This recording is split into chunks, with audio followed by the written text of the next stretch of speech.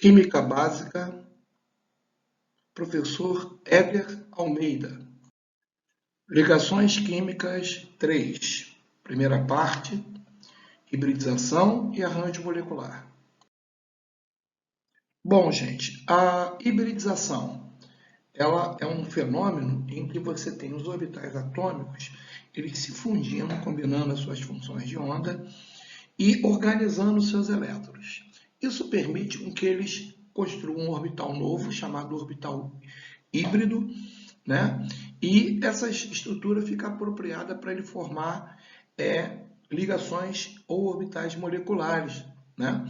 Então, por exemplo, eu vou fazer a hibridação, só para te explicar, entre o orbital S e o orbital P, que a gente chama de orbital híbrido SP. Eu tenho aqui os orbitais S e P.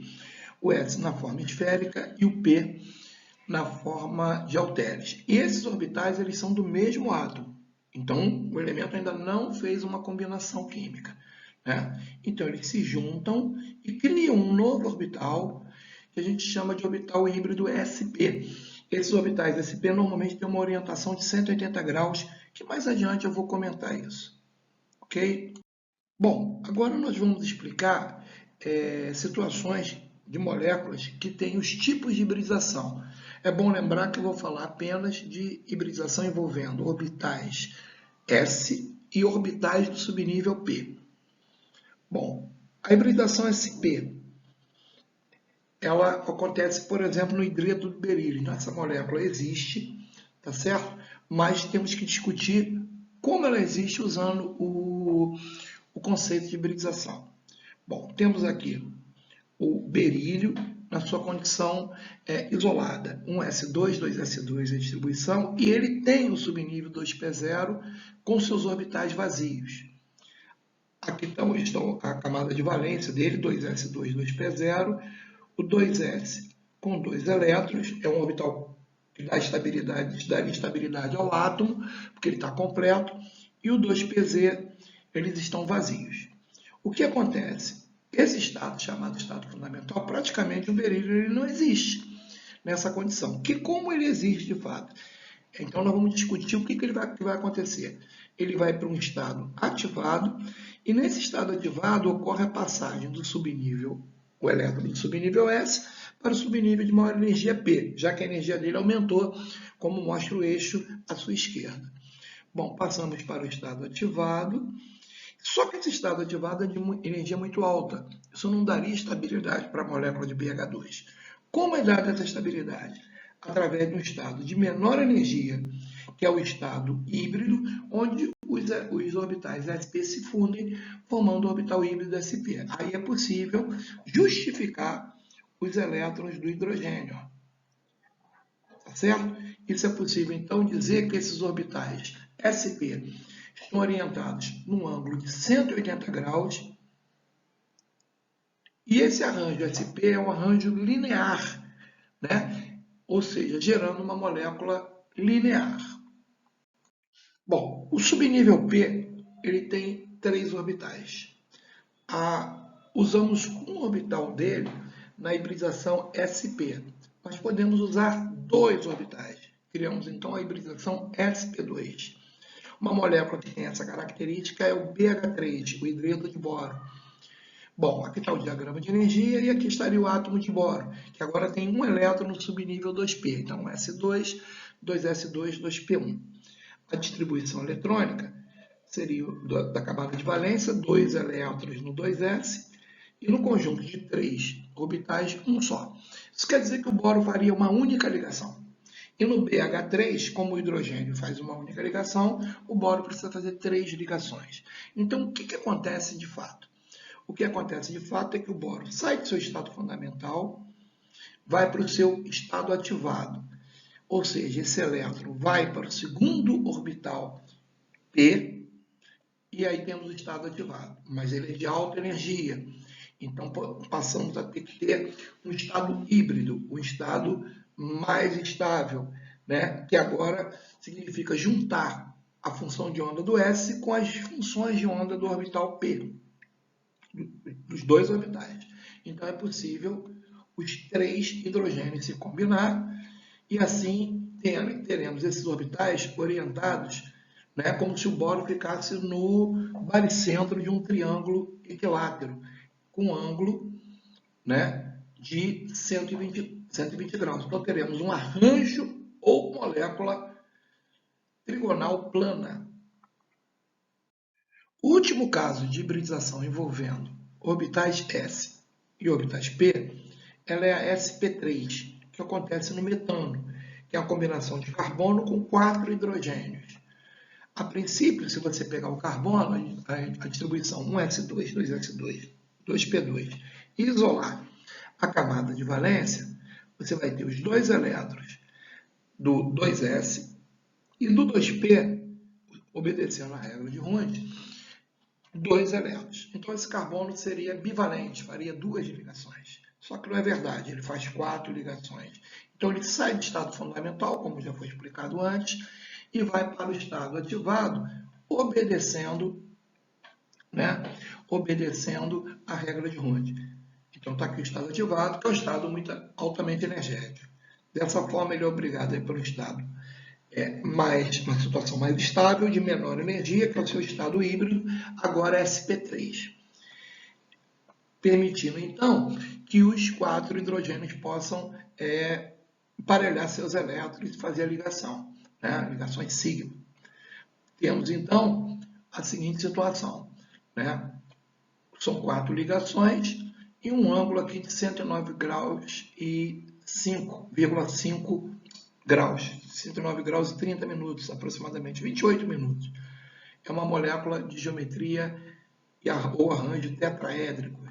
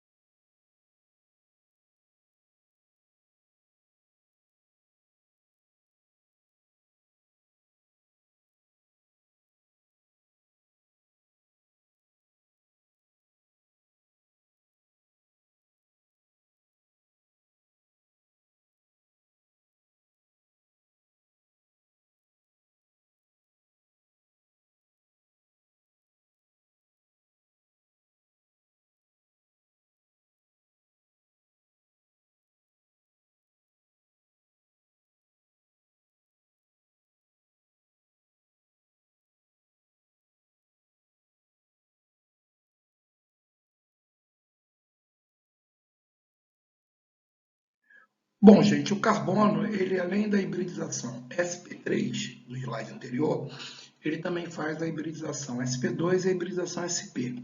Então, por exemplo, temos aqui o carbono novamente, sua camada de valência 2s2, 2p2, 4 elétrons. Aqui está o carbono no estado fundamental, com seus 2 elétrons nos orbitais subnível 2p.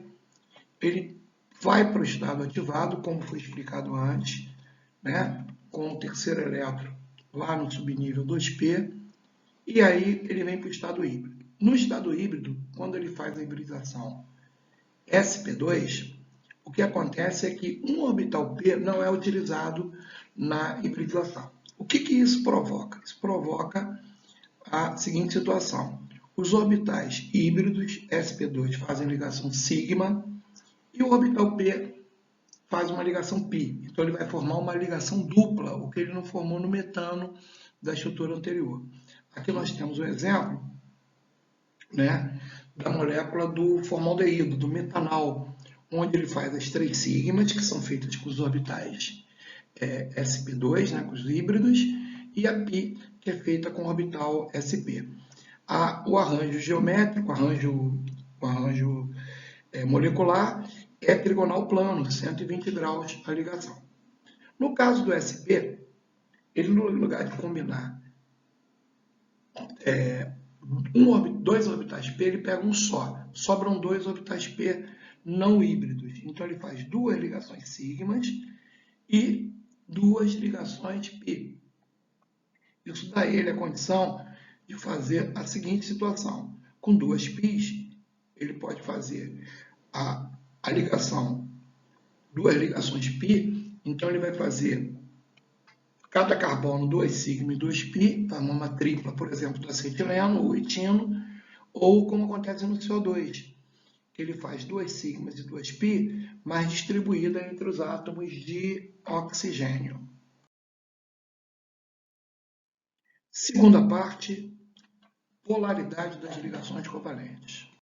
Bom, galera, a polaridade das ligações covalentes, ela significa o seguinte: quando dois átomos estão fazendo uma ligação covalente, estão competindo, seus núcleos estão competindo pelo par eletrônico formado. Isso tem a ver com a sua eletronegatividade, sua capacidade de atrair esse par eletrônico. Calculamos então o ΔN, variação da eletronegatividade dos átomos participantes. Esse ΔN é um valor maior que zero, porque você sempre pega o valor mais alto menos o valor mais baixo.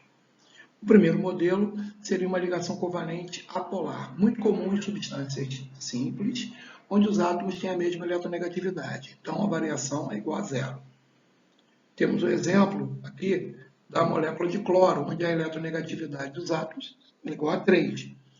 Dá zero, naturalmente. Isso quer dizer que a distribuição da nuvem eletrônica ela é homogênea. Quer dizer, os elétrons envolvendo os átomos de cloro não têm uma preferência específica sobre o núcleo que ele quer ficar mais próximo.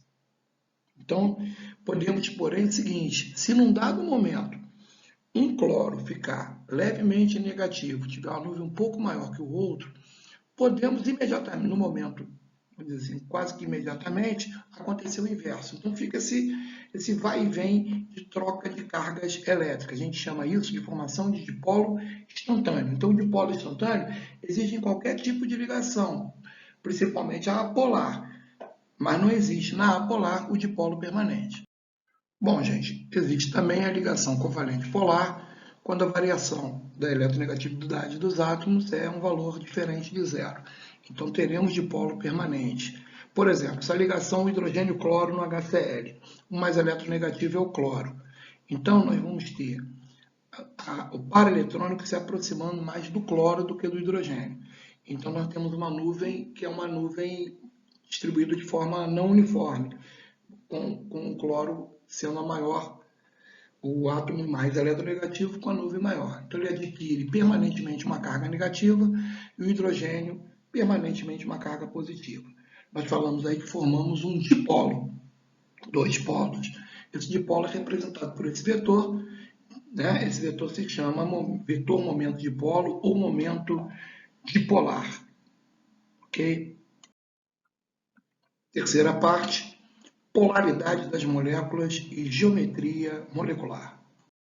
Bom, a primeira coisa a ser trabalhada é a teoria da repulsão dos pares eletrônicos, chamada de VSEPR. Essa teoria diz que quando o átomo central de uma estrutura tem pares não ligantes, o arranjo molecular não vai coincidir com a sua geometria. Até agora, arranjo e geometria eram coisas coincidentes. Por exemplo, né, citando o caso do arranjo sp2, que ocorre no BH3, que já foi citado, né? 3 ligações sigmas. O que pode acontecer aí? Você pode ter um átomo central que não seja o boro. Por exemplo, no caso do enxofre, né? Você vai ter ainda o arranjo trigonal plano, mas pelo fato de sobrar um par eletrônico no enxofre, a molécula passa a ter geometria angular. Outro caso para a gente discutir ocorre com o arranjo sp3, o arranjo do metano, arranjo tetraedro. Quando trocamos o metano, o carbono, pelo nitrogênio, formamos a amônia. A amônia, gente, ela tem um par eletrônico sobrando e naturalmente ocupando o lugar do quarto ligante, e passamos de uma geometria tetraédrica para piramidal. O arranjo é tetraédrico, mas a geometria é piramidal. Também temos o caso de 2 ligantes, como acontece com o oxigênio, sendo o átomo central com a água. que passamos a ter dois pares não ligantes e uma geometria linear. Por último, podemos ainda ter o HCl, que são três pares não ligantes e uma geometria linear. É bom lembrar que as quatro moléculas têm arranjo tetraédrico, porque o arranjo é mantido pela posição dos pares não ligantes. Bom, discutindo as polaridades das moléculas. Moléculas apolares é quando coincide o arranjo molecular e a geometria. Então, por exemplo, nós temos aqui a molécula de Cl2, que ela é arranjo linear, geometria linear. A molécula do CO2, arranjo linear, geometria linear, devido à hibridação sp do carbono. BF3, que é trigonal plano, o arranjo, trigonal plana a geometria. E o metano, cujo arranjo e a geometria são tetraédricos. Temos aqui a molécula do CO2, que eu peguei como exemplo. São duas ligações duplas, né? Um para cada lado, polares, onde negativos ficam o oxigênio e o carbono positivo. Isso gera um vetor momento de polo para a nossa esquerda, outro para a nossa direita, vetores de mesma direção, mesmo módulo e sentidos opostos. Isso que dá uma resultante de momento de polar zero. Por isso que essa molécula é uma molécula polar. Todas essas moléculas aí, a exceção do Cl2, que a única ligação é apolar, elas são apolares por quê? Por causa desse mesmo motivo que aconteceu com o CO2, a resultante deu zero. Bom, já as moléculas polares é quando não ocorre coincidência entre o arranjo e a geometria. Então, por exemplo, a amônia, o arranjo era tetraédrico, mas a geometria é piramidal. Na água, o arranjo é tetraédrico também, a geometria é angular. No dióxido de enxofre, o arranjo é trigonal plano, mas a geometria é angular. No HCl, o arranjo é tetraédrico, mas a molécula é linear. Então, não coincidiu. O que significa isso? Eu peguei a água aqui como exemplo. Você tem dois vetores, né? Você tem o oxigênio negativo e os dois hidrogênios positivos. Então, você tem esse vetor momento de polar e esse, que não são colocados num ângulo oposto. Na verdade, esse ângulo aí é em torno de 105 graus. Isso te dá uma resultante não nula. Essa resultante não nula mostra que a molécula é uma molécula polar. Bom, gente, com isso nós fechamos a nossa aula 3. O meu muito obrigado e até a próxima aula.